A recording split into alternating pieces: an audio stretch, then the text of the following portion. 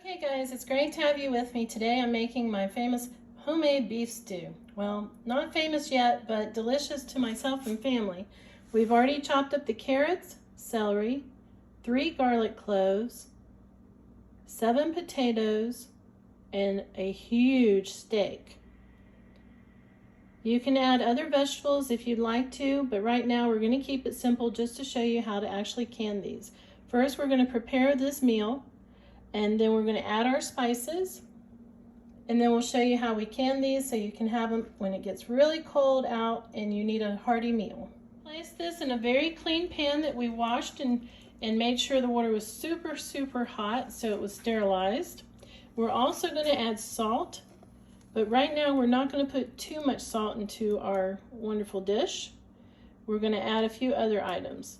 First, we'll start with the ground pepper. Brand new ingredients. So that everything's as clean as possible. When you're canning, it's good to have the best items available. Starting to simmer now, and as I said, we're going to add some pepper. Be pretty generous with the pepper. Have all our things ready here, and now we're going to add something that gives it a lot of flavor, and that is the mustard, ground mustard. Don't overdo that though, be light on that. Mustard complements the meat very nicely. I don't want to shake too much of that out. I'd say half a teaspoon of that. So we have already cut celery into our beef stew, our homemade beef stew from scratch. I'm adding a few of the celery flakes for additional flavor and a bit of a garnish to our almost 3 pounds of meat. Now sprinkle in your turmeric, probably another half teaspoon of this type of spice. It's a wonderful flavor. It brings out the flavor in the beef steaks. And now for some salt. The amount of salt you use, of course, depends on the diet that you choose for yourself. If you're a healthy person, you still don't want too much salt intake. I've put 1 tablespoon of salt. And remember, this is a large quantity to add that to, so that's not too much to add. That I think is delicious, that brings out the flavor, but not everyone likes spicy food, so you determine if you want this or not. But we put in crushed red pepper into our homemade beef roast beef stew. The spices smell amazing. Just turn that into your vegetables and your steak. The natural oils and juices of the steak are going to help you to saute your vegetables into the mixture.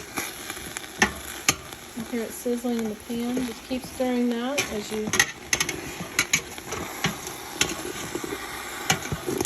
toss your vegetables and your meat together.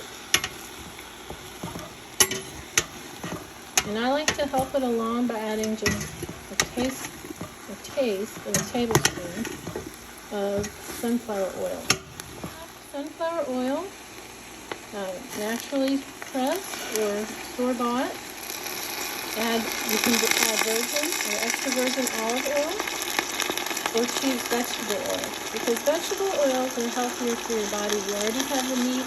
You don't have to have meat in this if you don't like. You can use a substitute for those that don't eat meat. But for this particular purpose, we're going to use that and show you how to make this delectable meal. This will feed your family, a large family, a beautiful meal. And it's colorful and very eye-appealing. And the flavor is just amazing. You can hear that nose sizzling.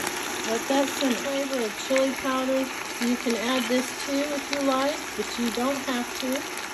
People of different cultures choose different spices for their meals.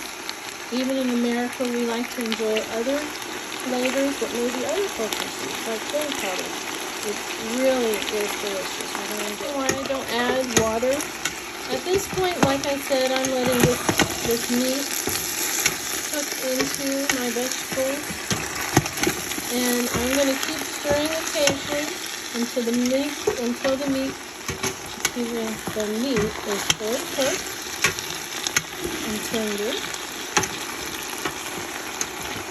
approximately 30 minutes this needs to cook at a heat of about 350 degrees to be sure that meat is fully prepared properly.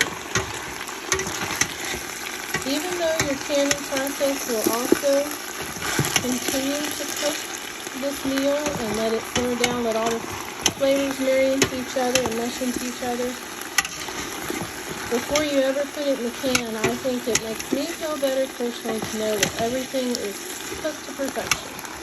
Or at least the best we can, and we're trying. Doesn't that look beautiful? Nothing's ever perfect, but this is going to be pretty delectable. Yummy yum. I don't know, it was pretty perfect. What do you guys think? Oh yeah. I prefer the chunkier vegetables. So instead of mincing up the carrots and mincing up the potatoes and celery, I did leave it a little bit chunky because everything cooks down and it's just more of a meal instead of a soup. And this is going to be an actual hearty meal. And as I was saying, you want to make sure the meat is cooked completely. Some people go ahead and can meat and it's not cooked because they leave it in the canning equipment for so long that it does cook it. But I'd rather put it into my jars knowing that it's fully cooked and that everything's great and that all the flavors have married and meshed into each other and blended well. Okay, let this cook. And while this is cooking, I'm going to prepare my jars. Can you hear it simmering? Oh, it smells so good. Okay. Please, a lot of people, don't add too much water to it because you're going to have to cover it with water when you put it into the jars that are sterilized and completely ready for that. And now we're just going to put the lid on it and let it continue to simmer. Be sure it's cooked and all the juices stay within the meal. Isn't that beautiful?